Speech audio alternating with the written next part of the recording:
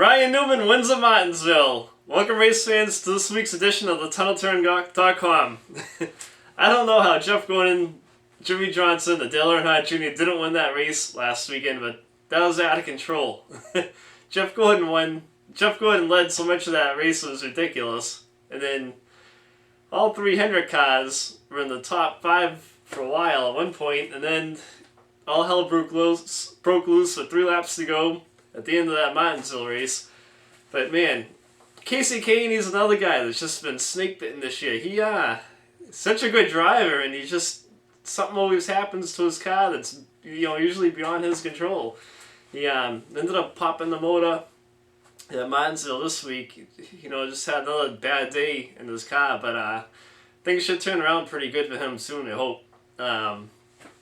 As far as Rick Hendrick winning his 200th win as a car owner, I thought for sure he was going to get that Sunday. But I don't know. Hey, like they say, it ain't over till it's over, so that's why you got to stay to the end of the race. You don't leave the grandstand. Because who would have thought that Reutimann was going to pull that rabbit out of a hat? That was pretty cool. I saw some interviews with David Reutimann, and from what I saw, after the race, he looked like he just wanted to run and hide. He said he didn't mean for that to happen. He didn't mean to stop on the track. And what I saw, what they were trying to do as a team, his car was his track bar broke in the rear, first of all. They had 5 laps left in the race. And then, from the reports that I heard, the team wanted to stay out so that they could get the 35 owner points going to Texas. They had to pass David Blaney in the points, and if they stayed out with 5 laps to go, they were going to do that, and they would have been guaranteed a spot in the race this coming weekend at Texas.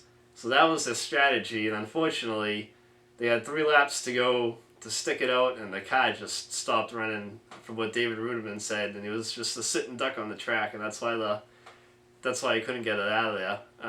But he was going to nurse it to the end, and that was the plan. And the plan, I guess, according to him, wasn't to stop on the track like ultimately ended up happening.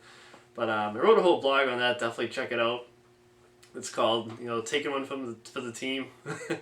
So it's kind of about Reutimann and how he's a great driver, and he just kind of stuck it out, and ultimately he has to pay for it.